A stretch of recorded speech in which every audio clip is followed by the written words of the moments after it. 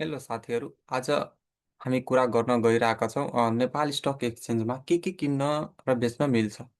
Normally beginner beginner इन्भेस्टर्सहरूलाई चाहे ट्रेडरहरूलाई के Nepal stock एक्सचेन्जमा किन्ने र बेच्ने थाहा हुँदैन। सो उहाँहरूले जस्ट कम्पनीहरूको सेयर किन्ने र बेच्ने मात्र थाहा हुन्छ। सो आज हामी डिटेलमा कुरा गर्छौँ के बेच्न र किन्न मिल्छ in Nepal stock exchange. So in the Nepal Stock Exchange, NEPSE, you can trade a set of financial instrument compared to bigger global market. Here are the main ones. So first number मा equity share अनि debenture bonds अनि mutual funds यो तिनवटा चाहिँ main हो Nepali stock एक्सचेन्जमा trade हुने। अरू अरू अरू पनि छ एक दुईवटा, तर यो चाहिँ तिनवटा मेन हो। सो फर्स्टमा equity shares. So equity means ownership in a company. When you buy a share, you become a partial owner of that company. So how you earn? So share किनेपछि दुईटा तरिकाले मान्छे पैसा कमाउन सक्छ। एउटा चाहिँ क्यापिटल गेन एन्ड अर्को चाहिँ डिभिडेन्ड। सो क्यापिटल गेन भनेको चाहिँ जब प्लस तपाईँले 100 रुपियाँमा सेयर किन्नुभयो, एउटा सेयर 100 रुपियाँमा किन्नुभयो, भोलि अब पछिसम्म गएर त्यसको दाम बढेर 120 130 भयो भने त्यसलाई चाहिँ क्यापिटल गेन भनिन्छ, किनेको भन्दा बढीमा बेच्नु। र अर्को चाहिँ dividend, part of company profits paid to the share holders. कम्पनीले जब प्रफिट गर्छ इयरली, अनि कम्पनीहरूले बोनस सेयर दिन्छ अनि चाहिँ क्यास डिभिडेन्ड पनि दिन्छ। सो त्यो चाहिँ dividend as a dividend income हुन्छ। For example, if you buy shares of a bank, you own a small portion of that bank. यसमा रिक्स चाहिँ अलि हाई हुनसक्छ, अब कहिलेकाहीँ प्राइस घट्न पनि सक्छ। So price can go up or down daily. Returns are not guaranteed. Best for long-term growth. Investor willing to take risk. अर्को चाहिँ रहेको छ bonds, which is debenture. So what it is? A bond means you are lending money to a company or government. How you earn?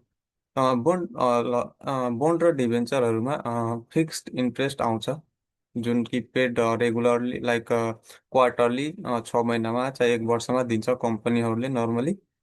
And return of your original money at maturity. अब त्यो कति वर्षको छ, 10 वर्षको हो कि 5 वर्षको, 5 वर्षमा पुरै मनी फिर्ता हुन्छ। अनि इयरली अब क्वार्टरली 6 महिनामा चाहिँ ब्याजहरू आइरहेको छ। So for example, if a bank issues a 5 year debenture at 10% interest, you earn 10% yearly. So यसमा रिस्क त त्यस्तो खासै हुँदैन, तर यसो राम्रो कम्पनीको चाहिँ लिन पर्छ। More stable than stocks, still some risk, best for stable incomes. अनि सो यसमा पनि डिभेन्चरहरू अब लगभग 7% 8% 10% दिने डिभेन्चरहरू पनि छन् नेपाल स्टक एक्सचेन्जमा। सो जो नयाँ हुनुहुन्छ नेपाल स्टक एक्सचेन्जमा, अलि रिस्क लिन खोज्नु भएको छैन भने डिभेन्चरहरू किन्दा हुन्छ। अहिले म नेपाल स्टक एक्सचेन्जको वेबसाइटमा गएर डिभेन्चरहरू देखाउँछु कुन कुन छ। सो रिस्क नलिने हो भने यो डिभेन्चर चाहिँ राम्रो छ नयाँ मान्छेहरूको लागि। त्यसपछि आउँछ म्युचुअल फन्ड। म्युचुअल फन्ड दुई किसिमको हुन्छ, एउटा ओपन इन्डेड अनि अर्को चाहिँ क्लोज इन्डेड।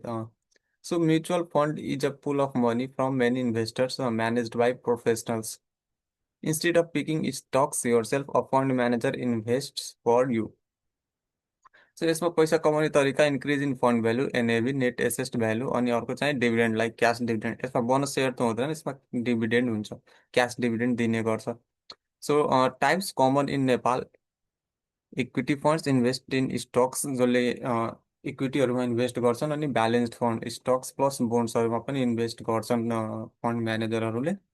रिस्क लेभल चाहिँ मिडियम हुन्छ, depends on what the fund invest in. Less risky than picking individual stocks, किनभने यहाँ धेरै मान्छेको पैसा उठाएर ब्यालेन्स गरेर सबै स्टक्सहरूमा तिनीहरूले इन्भेस्ट गर्छ। सो यसमा रिस्क चाहिँ कम हुन्छ। Best for beginners who do not want to actively trade. So mutual fund चाहिँ दुई किसिमको हुन्छ, ओपन इन्डेड म्युचुअल फन्ड अनि close ended mutual fund. So first one, open-ended mutual fund. These are flexible funds where you can invest or withdraw anytime. key features are no fixed maturity period. Units can be bought and sold anytime at net asset value, NAV. High liquidity, easy to enter and exit. नेपालमा नेपालमा open ended mutual फन्ड्सहरू NIBL सहभागिता fund, NMB सरल बचत फन्डहरू रहेका छन्। यो चाहिँ Nepal stock एक्सचेन्जमा चाहिँ ट्रेड गर्न सेकेन्डरी मार्केटमा किनबेच त गर्न मिल्दैन, तर यो फन्ड इस्यु जसले गर्छ नि त्यहाँबाट चाहिँ किनबेच गर्न मिल्छ।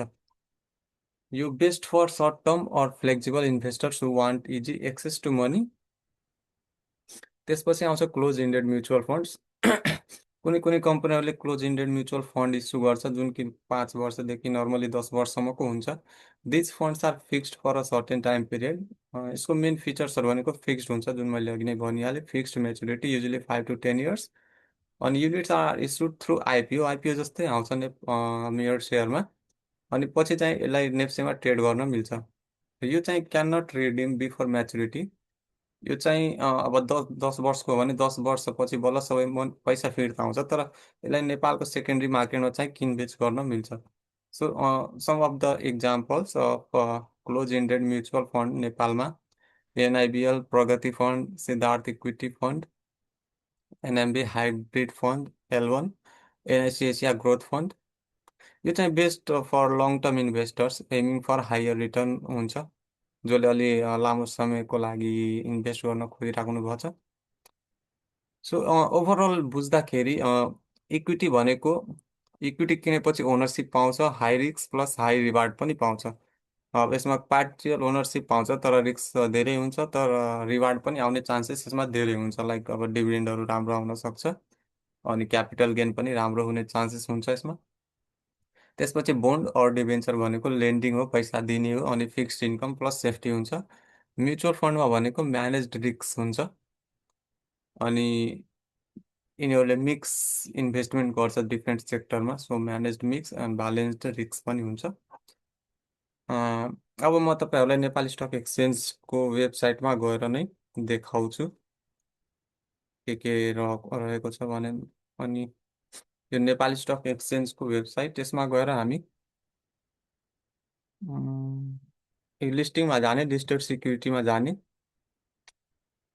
अनि यहाँ तपाईँ हेर्न सक्नुहुन्छ अप्सन छ यहाँ यसमा अल इन्स्ट्रुमेन्ट म्युचुअल फन्ड, यो नन कन्भर्टेबल डिभेन्चर भनेको त्यही डिभेन्चर बोन्डहरू हो। अनि यो प्रिफरेन्स सेयर भयो। अब सो यहाँ इक्विटीमा छ, इक्विटीहरू नर्मल सेयरहरू भइहाल्यो, हाम्रो नोबेल ब्याङ्कको भयो, स्टेट ब्याङ्क चार्टर्ड ब्याङ्कको भयो, हिमालयन ब्याङ्कको भयो। अनि त्यसपछि यहाँ अब म्युचुअल फन्ड गर्नुहुन्छ भने म्युचुअल फन्डमा गएर यहाँ फिल्टरमा गर्नुहुन्छ भने के म्युचुअल फन्डहरू छ यहाँ आउँछ। सो यो सिद्धार्थ, यो चाहिँ क्लोज इन्डेड म्युचुअल फन्डहरू हुन्छ जुन कि अब लाइक 5 or 10 yearsमा जुन बन्द हुन्छ। अनि यिनीहरू चाहिँ यो भयो close indeed. Open ended mutual fund चाहिँ यसमा कारोबार गर्न मिल्दैन। यो चाहिँ जसले फन्ड इस्यु गर्छ भने नाइबिएल सहभागिता फन्ड, उनीहरूको फन्ड म्यानेजर त्यही अफिसमै गएर किनबेच गर्न पर्ने हुन्छ। सो आजको लागि यति। अरू तपाईँलाई के इन्फर्मेसनहरू चाहिएको छ कमेन्टमा भन्नु होला, म ट्राई गर्छु भिडियो बनाउन। धन्यवाद। भिडियो मन परे लाइक एन्ड सब्सक्राइब गर्नु होला। Thank you.